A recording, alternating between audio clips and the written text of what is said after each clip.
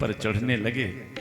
इतना कार्य भगवान ने किया लेकिन किसी को कुछ पता नहीं है।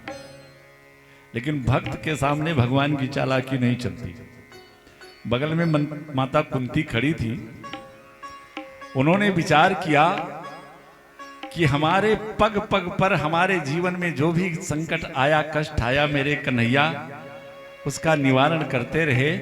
और आज देखो हस्तिनापुर से जाते जाते भी हमारे लिए कितना बड़ा कार्य करके जा रहे हैं और हमारे परिवार से कोई इन्हें धन्यवाद भी नहीं दे रहा। दौड़ करके मैया कुंती केशव के चरणों को पकड़ लिया और अपना मस्तक चरणों पे रखना चाहा। कन्हैया तो पीछे हट गए। अरे बुआ जी, ये क्या कर रही हो? हमेशा भतीजा बुआ को प्रणाम करता है, आप मुझे प्रणाम करो। मैया कुंती ने कहा, केशव आज भतीजे को प्रणाम नहीं है। यही तो विलक्षणता है आपकी।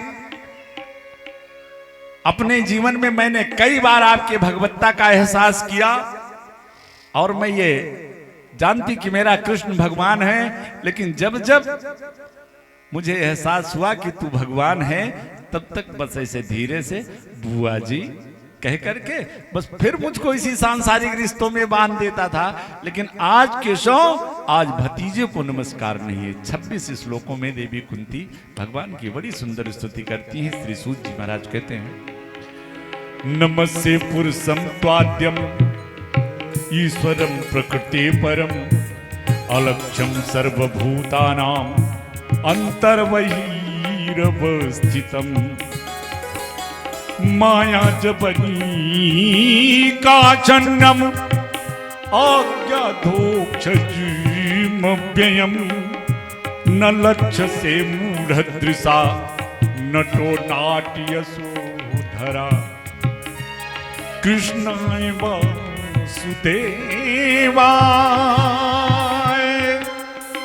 देवकी नंदनाय चा नंद गोप कुमाराय गोविंदाय नमो नमः। 26 श्लोकों में देवी कुंती भगवान की स्तुति करती हैं। नमस्ते पुरुषम त्वाद्यम, हे केशव आज भतीजे को नमस्कार नहीं है, बल्कि इस गुणात्मक प्रकृति से परे उस परम पुरुष नमस्ते पुरुषम त्वाद्यम ईश्वरम प्रकृते परम, आज तो उस नारायण को प्रणाम है इस कुंती का। पर केशव आश्चर्य की बात, जीव के अंदर भी आप हो और जीव के बाहर भी आप हो, अंतः बहिर अवस्थितम, अंदर भी आप हो और बाहर भी आप हो, पर अलक्ष्यम दिखाई नहीं देते हो। कारण क्या है? ओहो, माया जवनिका छन्नम, ये जो माया रूपी पर्दा आपने अपने और भक्तों के बीच में डाल दिया है ना सरकार, और ये जो माया रूपी पर्दा है ना, इसको भक्त की क्या मजाल, भक्त की क्या औकात, भक्त कैसे हटा सकता है? इसको भी तो आप ही हटाने वाले हो। माया जवनिका छन्नम, प्रभु जिस भक्त के ऊपर आप रीझ जाते हो फिर उसके सामने से ये माया रूपी पर्दा आप ही हटा देते हो। सोई जानई जही देहु जनाई जानत तुम ही होई जाई, सोई जानई जही देहु जनाई जानत तुम होई जाई। तो केशव माया जवनी का छन्नम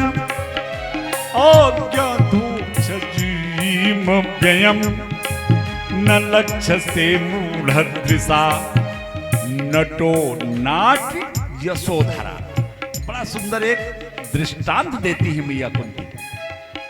केशव, जैसे एक जादूगर आता है और वो जादूगर अपनी जादुई विद्या से जितने दर्शक होते हैं, जितने दृष्टा होते हैं, सबको बड़ा आश्चर्यचकित कर देता है।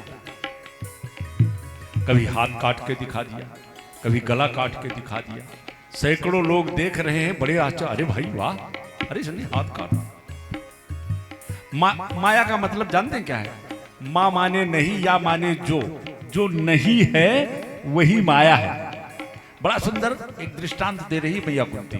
नटो नाट्य यशोधरा, हेस केसो, जैसे एक जादूगर आता है और अपनी जादुई विद्या से समस्त दर्शकों को चकित कर देता है।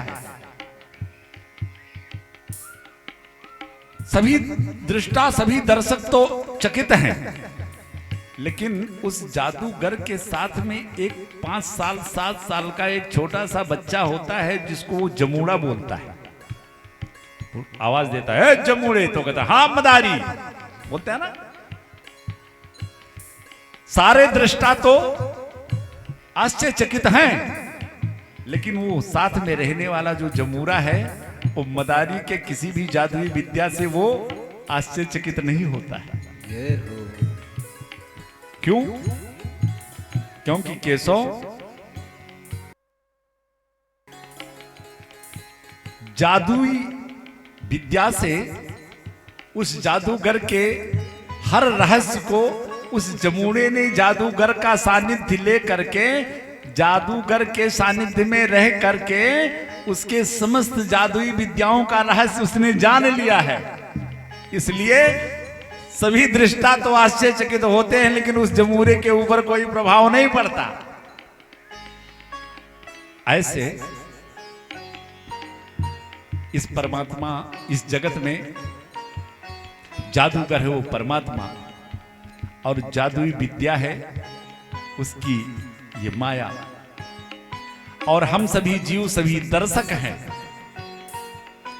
अगर परमात्मा की इस जादुई विद्या, इस माया से, इस माया के रहस्य को हमें समझना है, तो जैसे उस जादूगर के साथ में एक छोटा सा जमूड़ा है ना, ऐसे बन जाओ परमात्मा के जमूड़े। और जैसे ही तुम परमात्मा का सानिध्य पालोगे, उनका जमूड़ा बने, तो गोस्वामी तुलसीदास जी महाराज बिल्कुल स्पष्ट कहते हैं कि नटीकृत बिकट कपट खगराया, नट सेवक ही न व्यापी माया। नटीकृत बिकट कपट खगराया, नट सेवक ही न व्यापी माया। बस एक ही मार्ग है कि उस जादूगर रूपी परमात्मा का चरण शरण पकड़ लो भैया, बन जाओ उनके जमूरे। एक दादाजी हमारे पास परसों गए हो भैया, जिसके मकान में वो जहां हम ठहरे हैं, वो बोले महाराज यहाँ आप रात में आपको नींद आ जाती है, ये नागराज वगैरह यही सब रहते। हमने कहा क्यों नहीं आएगी? कहा महाराज हमको तो ना आवे। तो हमने कहा आपको इसलिए ना आवे कि आपको ठाकुर जी के चरणों पे उतना विश्वास नहीं है। और वास्तविकता एक बात बताऊं, आज की इस दुनिया में मैं ऐसा नहीं कहता कि हर कोई, जिस दिन अच्छे लोग नहीं रहेंगे इस पृथ्वी का टिकना असंभव हो जाएगा, लेकिन आज के इंसानों से कहीं अच्छा आज के ये जीव जंतु और जानवर हो गए। हम तखत पे सोते रहते हैं, रात में वो नीचे से इधर उधर आया जाया करते हैं, बस थोड़ा सा संभाल के कहीं इनके ऊपर पांव वाव ना पड़े, बस इतना करना है। कल हमारे पास ये बैठे थे तो वहां से भाग के निकल के यहाँ आके खड़े हुए। हाँ? तो जानते हैं, ये मैं अपना अनुभव आपको शेयर कर रहा हूं। एक बार उनकी शरणागति ले लो, उनके चरणों पर पूर्ण विश्वास कर लो, आपको मृत्यु से डर है, जबकि जानते हो कि मृत्यु है। देखिए 3 चीजें होती है, जानना, मानना और करना। हर कोई ये जानता है उपाध्याय जी की मेरी मृत्यु है, हर कोई मृत्यु है, और हर कोई इसको मानता भी है कि मेरी मृत्यु है। लेकिन जब तक आखिरी वक्त आता नहीं, आखिरी सांस आती नहीं, तब तक एहसास कोई नहीं करता कि मेरी मृत्यु है। अब संतों में और साधारण जन में फर्क यही है कि संत अपनी मृत्यु हमेशा देखता रहता है और उसी को सबसे अच्छा मानता है। अरे चलो यहां से फिर बढ़िया। हाँ, अभी तो डरेगा वो जिसको ये पता है कि चलेंगे यहां तक कुटाई होगी वहां। हाँ? और हम यहाँ तो मोरा सैया भय कोतवाल अब डर का है का। हाँ? यहाँ कौन सी ऐसी बात। खूब ठाकुर जी का प्रेम से भजन करो, देखते हैं कहां से भय आया। तो अपने आप को परमात्मा के चरणों में समर्पित कर दो, ये माया आपकी चेरी हो जाएगी। एक संत कहते हैं उपाध्याय जी कि माया को सबको भजे और माधव भजे न कोई, लेकिन जो कदाची माधव भजे तो ये माया चेरी होए। जय हो। अच्छा, एक बार थोड़ा सा मैं एक छोटा सा दृष्टांत आपको बताऊं कि ये जो नहीं है वही माया कैसे है। एक बार श्री सुदामा जी महाराज और श्री कन्हैया गोमती नदी के तट पर टहल रहे थे। तो सुदामा जैसा मित्र और कन्हैया जैसा मित्र धर्म का पालन करने वाला एक मिसाल है। आज सुदामा जी ने कन्हैया से कहा, सरकार आज तक आपने अपनी माया बहुतों को दिखाई लेकिन हमें कोई माया नहीं दिखाई, हमको भी अपनी माया से परिचित कराओ। कन्हैया ने कहा चलो भाई, आप 1 मिनट इसी गोमती तट पर बैठो और मैं जरा स्नान कर आऊं। कन्हैया सुदामा जी को गोमती तट पर छोड़ करके और उतर गए नदी में, स्नान करके आए, अपना पीतांबर बदलने लगे और सुदामा जी से कहा आप भी जाके स्नान कर लो। जैसे सुदामा जी ने गोमती में डुबकी लगाई, बस माया शुरू, सुदामा जी बह चले नदी में। बहते जा रहे हैं, सोच रहे हैं भगवान कहाँ किनारा मिलेगा, कहाँ निकलूंगा। हजारों कोस बह चले अथाह जल की राशि में, एक जगह कहीं खरपतवार पकड़ करके किनारे से बाहर निकल करके अभी लंबी लंबी सांस ले ही रहे थे, घाट पर बैठे कि इतने में क्या देखा कि सामने से एक हाथी आ रहा है, उसके हाथ सूंड में एक माला है और पीछे तमाम लोग नगाड़ा और ढोल इत्यादि बजाते हुए तमाम सैनिक आ रहे हैं। सोचा होगा कुछ, लेकिन संजोग से वो हाथी जब इनके सामने से गुजरने वाला था, इतने में उस हाथी ने वो माला सुदामा जी के गले में डाल दी। और जैसे सुदामा जी के गले में वो माला डाली, उस हाथी ने सारे सैनिक महाराज की जय हो, महाराज की जय हो, जय जयकार करने लगे श्री सुदामा जी का। सुदामा जी ने कहा भैया ये क्या है?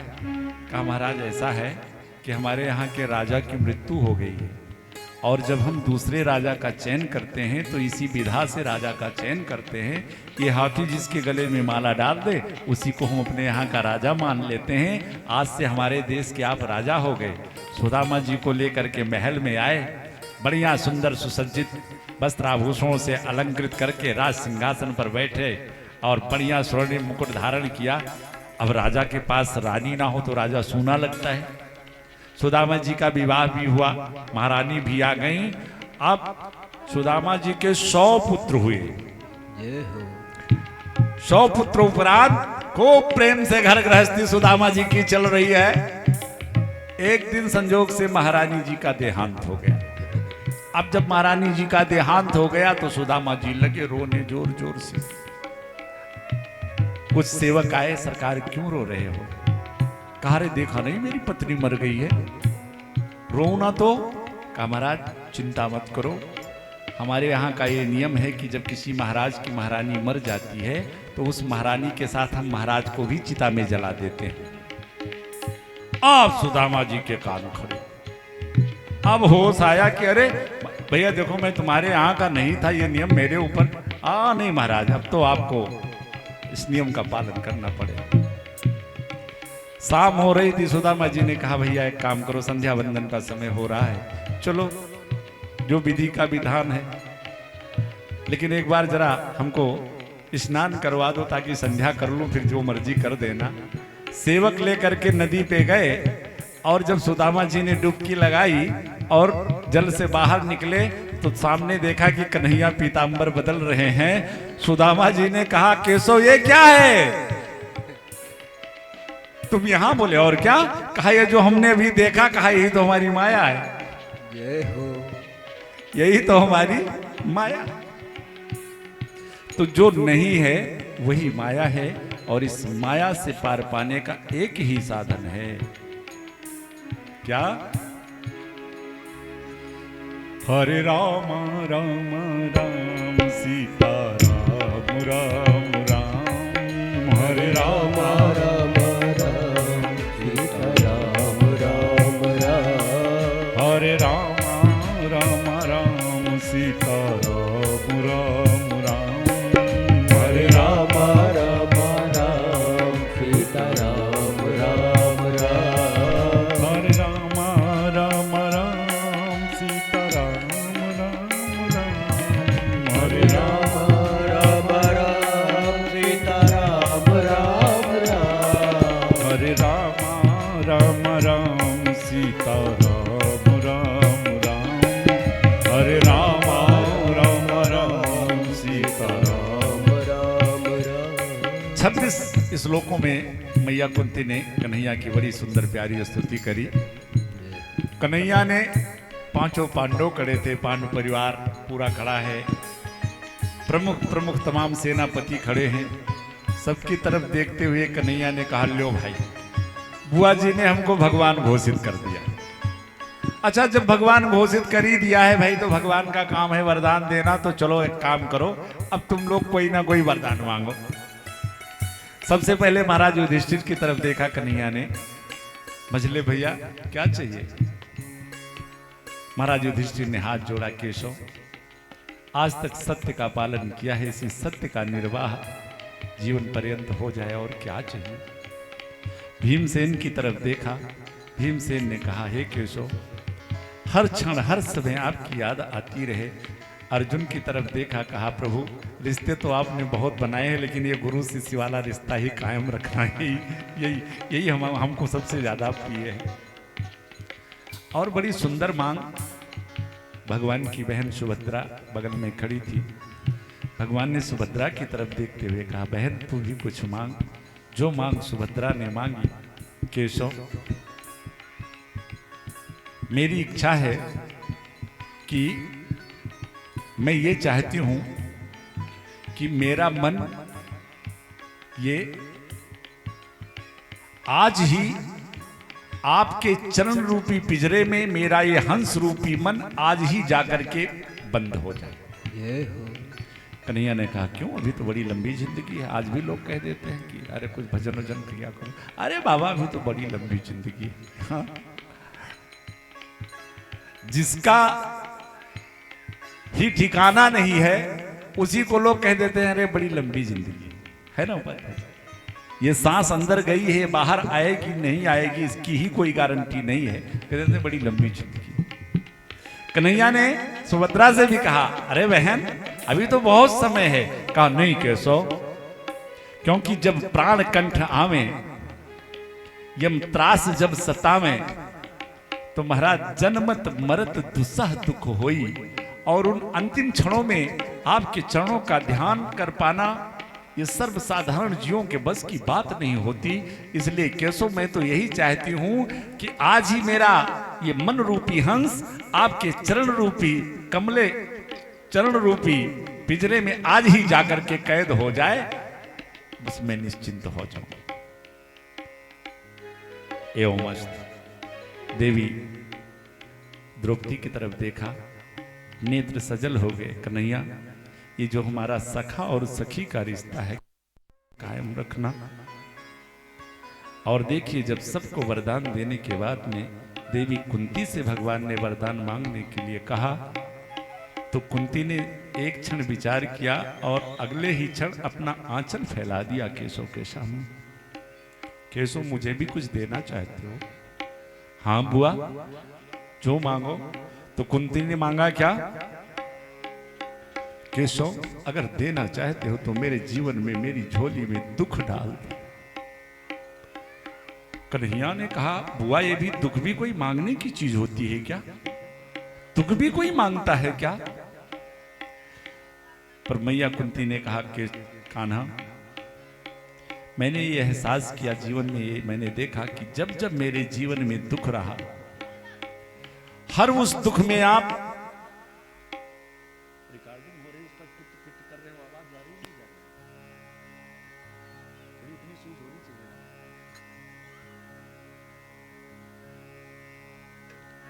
श्री राधे राधे राधे जय श्याम श्याम श्याम, श्री राधे राधे राधे श्री श्याम श्याम श्याम, जय कृष्णा कृष्णा कृष्णा, जय राम राम राम, जय कृष्णा कृष्णा कृष्णा, जय राम राम राम, जय राधे राधे राधे, जय श्याम श्याम श्याम, जय राधे राधे राधे, जय श्याम श्याम श्याम, जय कृष्णा कृष्णा कृष्णा, जय राम राम राम, जय कृष्णा कृष्णा कृष्णा, जय राम राम राम। बचपन से लेकर के केशव आज तक,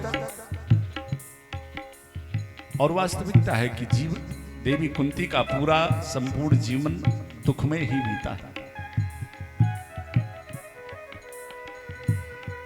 आज तक मेरे जीवन में दुख ही रहा, लेकिन मैंने ये देखा कि मेरे जीवन के हर दुख में आप मेरे साथ खड़े रहे। जय हो। लाक्षागृह में जलाने का प्रयत्न किया गया केशव, वहां आप विराजमान थे। मेरे बेटे भीम को विष दे करके विष के लड्डू खिलाए गए, लेकिन आपकी कृपा से गरल सुधार करिए मिताई, दुर्वासा के कोप से बचाने वाले आप हर क्षण मेरे साथ आप रहे। आज कुंती के जीवन में पहली बार सुख आया है। आज मेरा बड़ा बेटा हस्तिनापुर का सम्राट बना। पूरा जीवन दुख में रहा और उस दुख में आप मेरे साथ खड़े रहे। जीवन में पहली बार आज मेरे सुख आया, और सुख आते ही आपने कहा बुआ जी अब चलता हूं। इसलिए केशव, सुख के माथे सिल पड़े जो हरि हृदय से जाए। अरे इस सुख से तो कहीं अच्छा कि बलिहारी वा दुख की, जो पल पल नाम लखाए। अरे इस सुख से तो कहीं अच्छा वो हमारे जीवन का दुख था। मुझे तो दुख दे दो, क्योंकि मैं जानती हूं कि आप दुख में ही मेरे साथ रहोगे। कुंती मैया ने दुख मांगा, लेकिन कन्हैया ने दिया नहीं। क्यों नहीं दिया? क्योंकि उनके पास दुख है ही नहीं, तो देते कहां? अरे जो आनंद सिंधु सुख राशि है, उससे कोई दुख मांगे तो देंगे कहां? जो वस्तु जिसके पास है ही नहीं, वो कहां से दे देगा?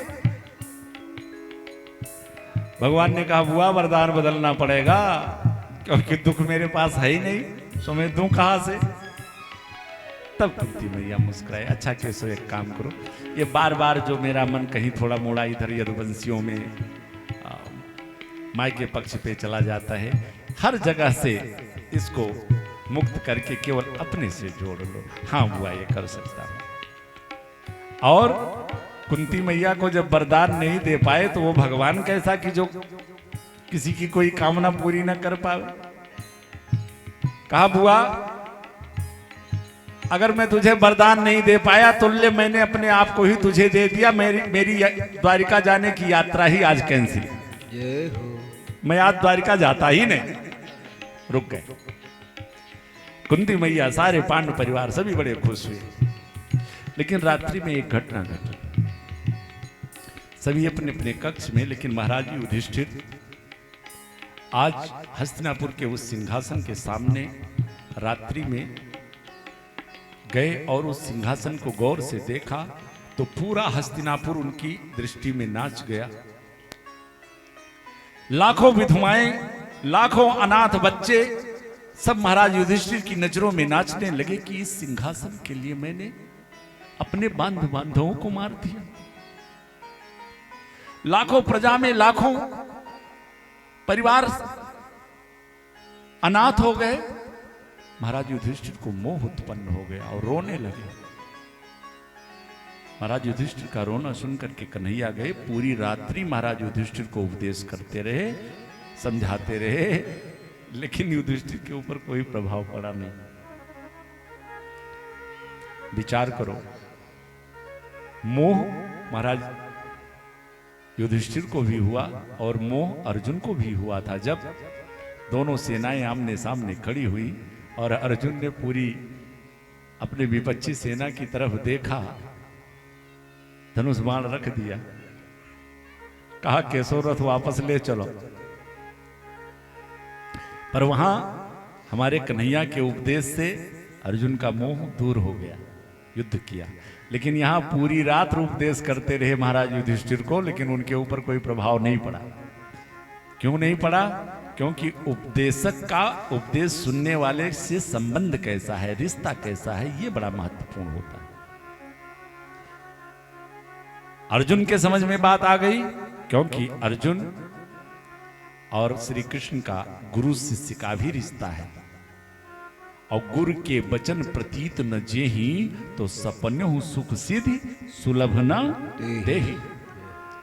अर्जुन के समझ में बात आ गई। महाराज युधिष्ठिर श्री कृष्ण भगवान को अपने मामा जी के लड़के मानते हैं, अपना छोटा भाई, अपना छोटा अनुज मानते हैं। कन्हैया ने सोचा यही उपदेश अगर मैं किसी वयोवृद्ध से करवा दूं तो इनके समझ में बात आ जाएगी। याद आया कि वो हो अभी पितामह सरसैया पर सम्रांगण में पड़े हुए हैं। अगले दिन सुबह ही अर्जुन और समस्त पांडु पुत्रों को लेकर के और केशव पहुंच गए पितामह के पास सम्रांगण में, जहां आज 54 दिनों से पितामह सरसैया पर लेटे हैं। सामने से अर्जुन ने जा करके हाथ जोड़ करके प्रणाम किया, दादाजी प्रणाम।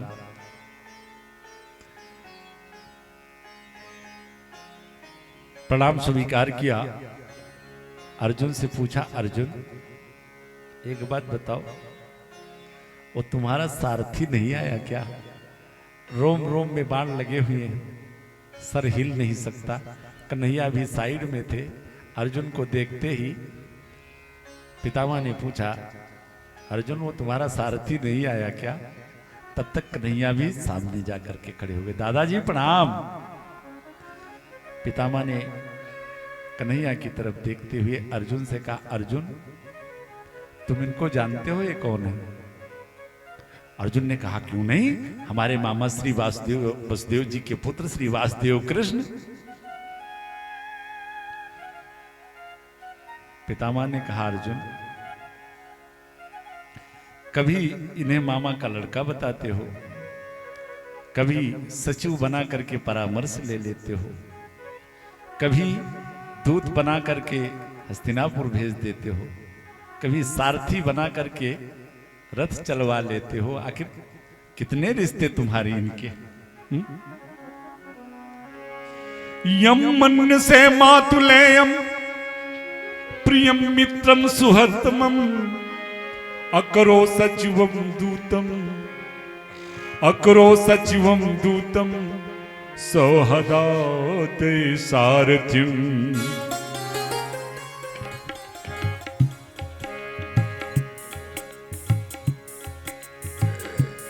यम मनुष्य मातुलेवम प्रियम मित्रम सुहृतमम अकरो सचिवम दूतम, अकरो सचिवम दूतम सौहदाते सारथिम। कितने रिश्ते तुम्हारे इनके हैं। वारे प्रभु भगवान की तरफ मुखातिब होकर पितामह कहते हैं, केशव धन्य है ये तुम्हारे भक्त, जो बनाना चाहते हैं वो तुम वही बन जाते हो। तो हे मोहे नाते अनेक मानिए जो भावे।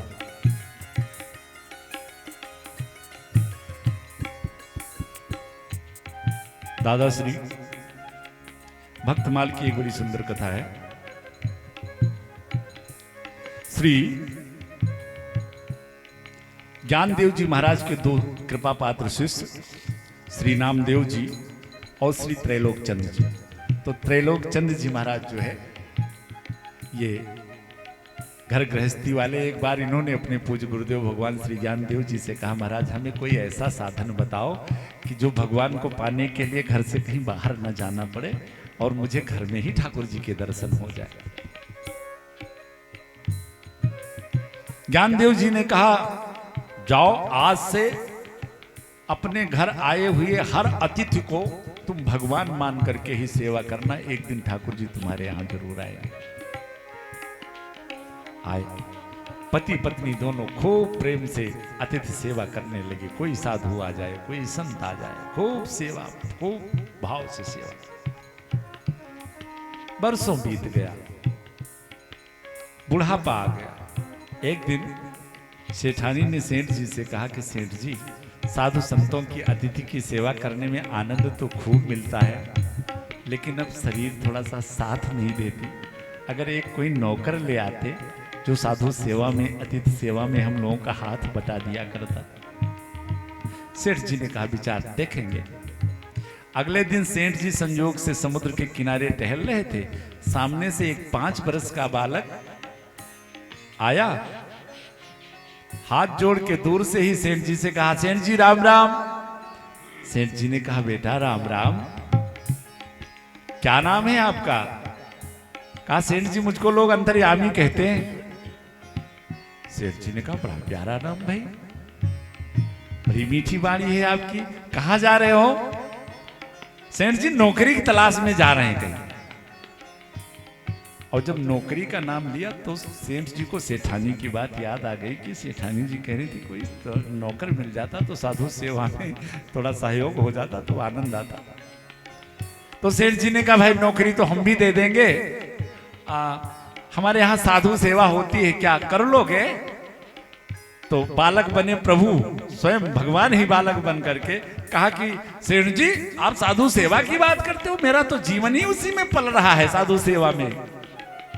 सेठ जी तो बड़े खुश हो, अरे भाई तो ये नौकरी तो हम भी तुमको दे देंगे, तनख्वाह क्या लोगे?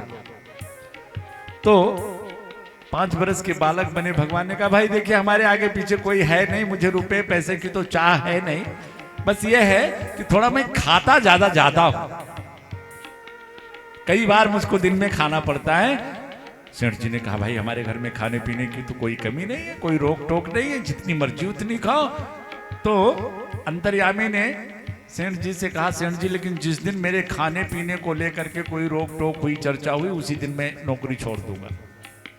सेठ जी ने कहा, अरे बेटा ऐसी कोई बात नहीं, साथ ले आए, बड़ा प्यारा बच्चा। सेठानी को आवाज दिया, देखो सेठानी, आज तुम कल कह रही थी ना नौकर की बात, देखो ये अंतर्यामी मिल गया है, हमारे साथ खूब साधु सेवा और अतिथि सेवा करवावेगा। सेठानी को भी बता दिया कि भाई देखो हमारी इनकी शर्त है कि अभी खाने पीने में कोई रोक टोक मत करना।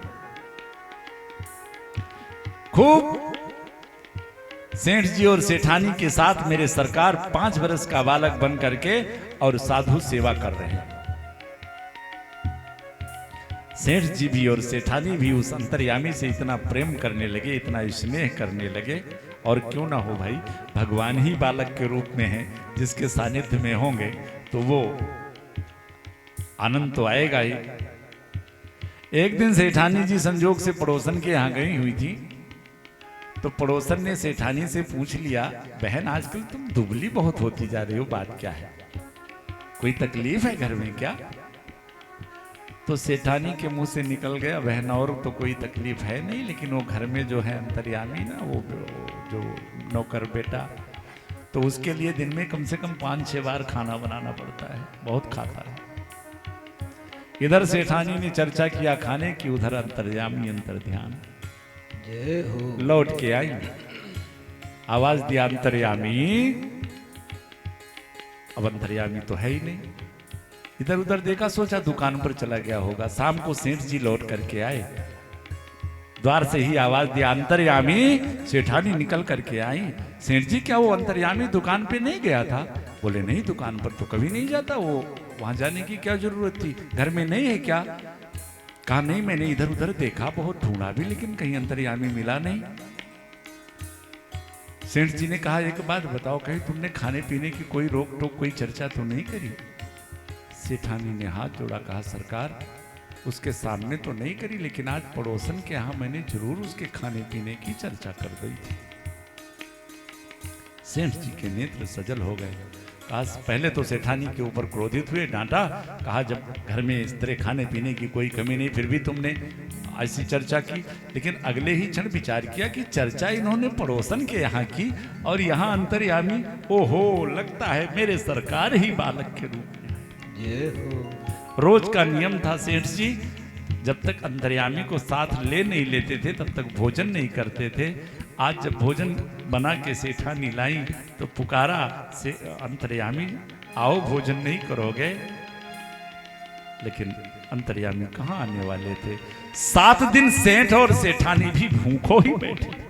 जय हो। जब तक आप आओगे नहीं तब तक भोजन नहीं करेंगे। 7वें दिन भगवान प्रकट ही हो गए। श्री त्रैलोक चंद्र जी और सेठानी तो भगवान के चरणों में गिर गए, सरकार आप मेरे यहाँ नौकर बन करके रहे, जाने अनजाने में कितना अपराध बना होगा मेरे से। अरे भगवान ने उठा करके हृदय से लगा दिया, अरे नहीं सेठ जी, आपके यहाँ साधु सेवा अतिथि सेवा का भाव देख करके आपसे मैं इतना प्रभावित हुआ कि मेरे से रहा नहीं गया। मैं खुद आपके साथ आकर के 6 महीने साधु सेवा मैंने करी, और ऐसी कोई बात नहीं, आप खूब प्रसन्न रहो, खूब आशीर्वाद दे करके हमारे भगवान फिर अंतर्ध्यान हुए। तो ये मोहे नाते अनेक मानिए जो भावे।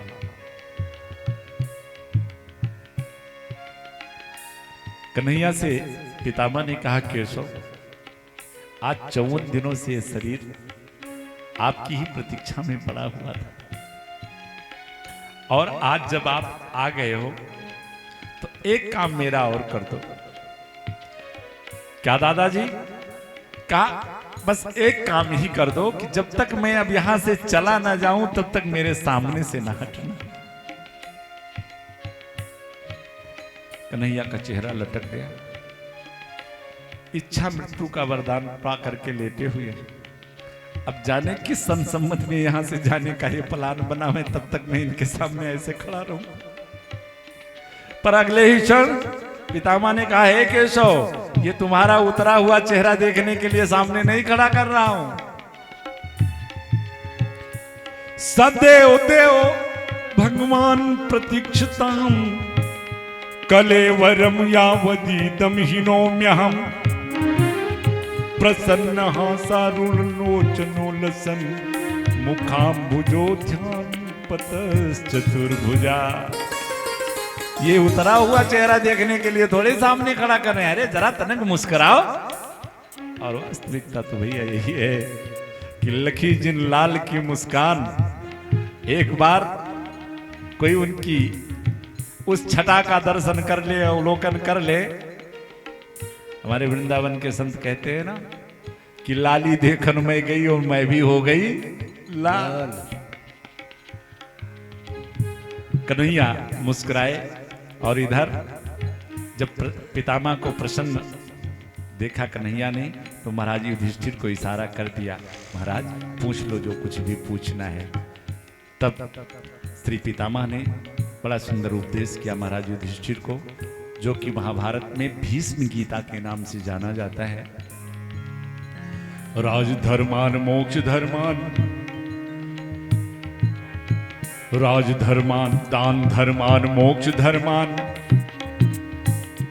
राजधर्मान विभाग साह, स्त्री धर्मान भगवत धर्मान, समासव्यास योगता।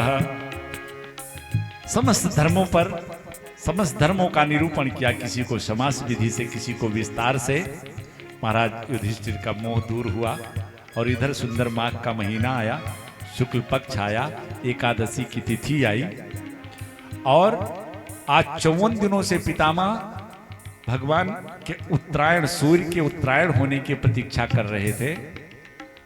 उत्तरायण और दक्षिणायन, उत्तरायण देवताओं के यहाँ का दिन है और दक्षिणायन देवताओं के यहाँ की रात्रि मानी जाती है। देवताओं के यहाँ 6 महीने का दिन और 6 महीने की रात होती है। तो पितामह दक्षिणायन से उत्तरायण की प्रतीक्षा क्यों कर रहे थे? उत्तरायण देवताओं के यहाँ का दिन है, तो किसी के घर पे दिन में जाओ तो घर का दरवाजा खुला मिलता है और रात में जाओ तो दरवाजा बंद रहता है। और इधर हमारे प्रभु आज कन्हैया देवी उत्तरा के गर्भ में प्रकट होकर के अपने भक्त परीक्षित की रक्षा की, इसलिए मेरे प्रभु का भी एक नाम उसी दिन से उत्तरायण पड़ गया था। जय हो। आज सूर्य भी उत्तरायण हो गए हैं और मेरे श्याम उत्तरायण रूप में पितामह के सामने खड़े हैं। एकादशी तिथि थी, इसीलिए पितामह ने विचार किया कि एकादश श्लोक से कन्हैया की स्तुति करते हैं। अब किसी भी स्तुति पूजन में पुष्पों की जरूरत होती है, तो अब सरसैया पर पड़े हैं, उन्हें पुष्प कहाँ से मिलते। इसीलिए जिन एकादश श्लोकों से पितामह ने भगवान की स्तुति की, उसको पुष्पताग्रह छंद के माध्यम से किया। श्री पितामह बड़ा सुंदर स्तुति का गायन करते हैं। इतुमद्युरूप कल्पिता तृष्णा भगवत सात्वत पुंगवे विभूमि।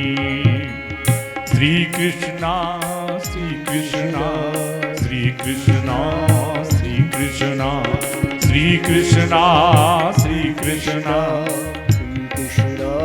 श्री कृष्णा स्वसुखमुपगते क्वचित् हर्तुं प्रकृतिं पेयुष यद् भव प्रवाह। श्री कृष्णा श्री कृष्णा श्री कृष्णा श्री कृष्णा श्री कृष्णा श्री कृष्णा श्री कृष्णा। त्रिभुवन कमनं तमालुवर्णम् त्रिभुवन कमनं तमालुवर्णं रविकर गौरवरं वरं दधाने। वपुरलककुलाभृतान्नाब्जं वपुरलककुलाभृतान्नाब्जं विजय सखे रतिरस्तु मेनवत्या। श्री कृष्णा कृष्णा श्री कृष्णा श्री कृष्णा। युद्ध दुर्गर्जो विदुम्र भीमसंग कचुल ललित श्रम बारि लंकता से। ममनिस तिसरे विभीतिमान ममनिस तिसरे विभीतिमान त्वच बिलसतो कच्चेस्ते कृष्ण आत्मा। श्री कृष्णा श्री कृष्णा श्री कृष्णा श्री कृष्णा श्री कृष्णा श्री कृष्णा श्री कृष्णा श्री कृष्णा। जय हो।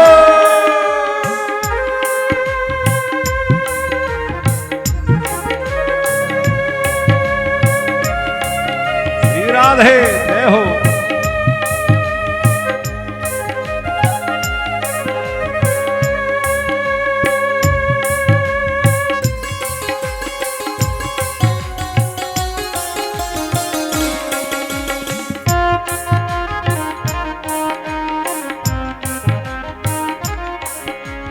मुमुनि सपति सखी बचो निशम्य मध्य सपति सखी बचो निशम्य मध्य निज पर योर बल योर थम निवेशे। स्वनिगम पहाय मत प्रतिज्ञा स्वनिगम पहाय मत प्रतिज्ञा मृत मध्य कर तुम बपल तो रथस्था। श्री कृष्णा श्री कृष्णा श्री कृष्णा श्री कृष्णा श्री कृष्णा श्री कृष्णा श्री कृष्णा श्री कृष्णा। स्वन निगम पहाई मत प्रतिज्ञा स्वन निगम पहाई मत प्रतिज्ञा मृत मध्य कर तुम बपल तो रथस्था। धृत रथ चलो भया चलत गुरु धृत रथ चलो भया चलत गुरु। हरि रवि हंतुम निभम गतोत्तरी।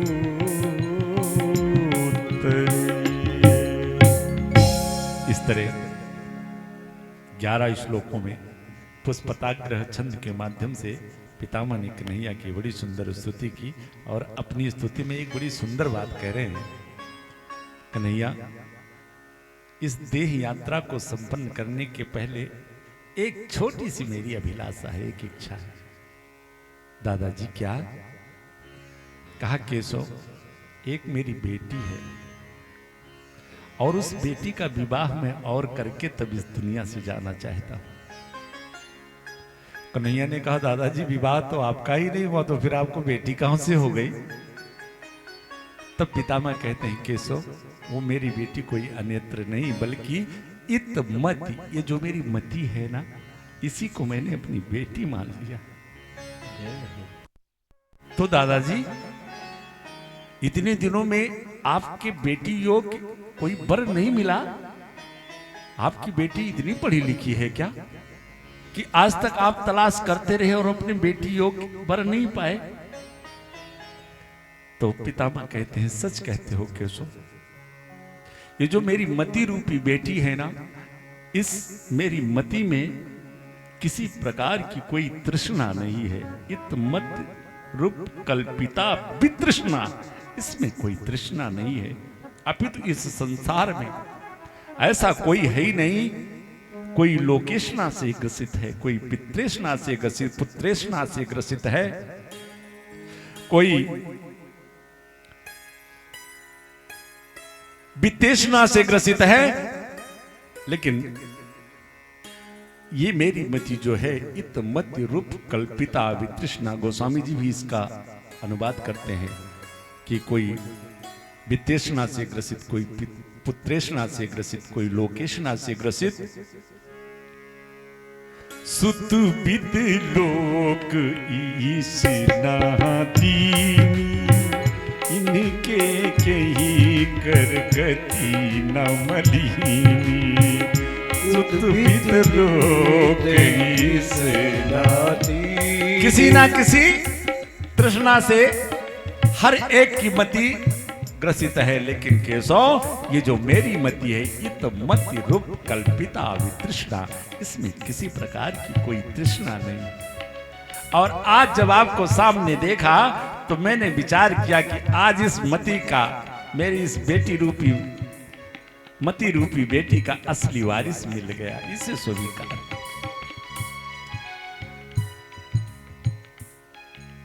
बड़ा प्रश्न उत्तर होता है, बड़े युद्धों के तमाम विचार कन्हैया के सामने पितामह प्रकट करते हैं। केशव, याद आता है वो क्षण, युद्ध तुरगर जो विधुम्र व्यूसक कचुल ललित संभारी लंकता से सपति सखी बचो निसम्य मध्य। एक क्षण वो अर्जुन आपको आदेश देता था, हे केशव मेरा रथ जरा दोनों सेनाओं के मध्य में लेकर के चलो, देखूं जरा मेरे से युद्ध करने कौन कौन आए हुए हैं। प्रभु, एक दिन मैंने ये प्रतिज्ञा कर लिया कि आज मैं भगवान की प्रतिज्ञा तोड़ के ही रहूंगा। और वैसे तो आपकी कल्पना मात्र से इस सृष्टि का विनाश हो जाए, लेकिन धन्य हो प्रभु, जब मेरे बाणों से अर्जुन इतना त्रसित हो गया और आपको लगा कि अर्जुन अब मेरे बाणों से नहीं बचेगा, तो याद कीजिए वो क्षण आपका प्रण था कि मैं इस युद्ध में शस्त्र नहीं उठाऊंगा, लेकिन आप किस तरह से वो रथ का पहिया लेकर के मेरे ऊपर झपटे थे, जैसे कोई सिंह किसी वृद्ध गजराज पर झपटा हो। और उसी क्षण आपके कंधे पर रखा पीतांबर नीचे धरती पर गिरा। जब आप रथ का पहिया लेकर के मेरी तरफ झपटे तो पृथ्वी कांप गई। संतों ने कहा पृथ्वी क्यों कांप गई? तो पृथ्वी ने विचार किया कि इस युद्ध में इन्होंने प्रण लिया था कि मैं शस्त्र नहीं उठाऊंगा, और यह प्रण इन्होंने अभी 18 दिन पहले लिया था, और 18 दिन में इन्होंने अपनी प्रतिज्ञा आज तोड़ दी। हमसे इन्होंने प्रतिज्ञा किया था कि जल्द मेरा अवतार हो रहा है और इस पृथ्वी से जितना पाप, अनाचार, दुराचार, अत्याचार है वो सब मैं समाप्त करूंगा। तब जब 18 दिन के पहले वाली प्रतिज्ञा इतनी जल्दी ये तोड़ दे रहे हैं, तो क्या जाने जो मेरे से प्रण किया है वो कब तोड़ दे। लेकिन धन्य है, भगवान ने मानो पृथ्वी को धृत रथ चरणों भया चलत गुर, जब वो रथ का पहिया लेकर और पितामह की तरफ भगवान झपटे और पृथ्वी को कांपते हुए देखा, तो भगवान ने मानो अपने पीताम्बर को आदेश दे करके पृथ्वी के पास जाने को कहा कि जाकर के देवी पृथ्वी से बोल दो कि उनकी प्रतिज्ञा मुझे याद है। ये तो एक भक्त और भगवान के बीच का खेल चल रहा है। जय हो। और वैसे भी भाई, प्रबल प्रेम के पाले पड़कर प्रभु को नियम बदलते देखा। अपना मान रहे चाहे जाए, पर भक्त का मान न टलते देखा।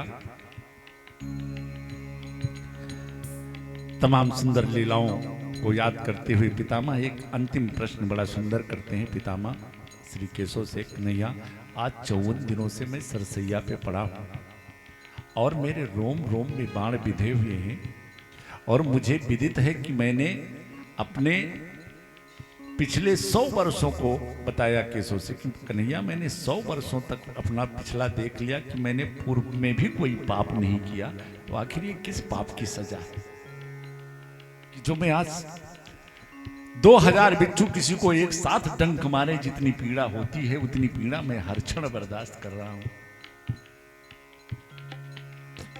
कन्हैया ने कहा पितामह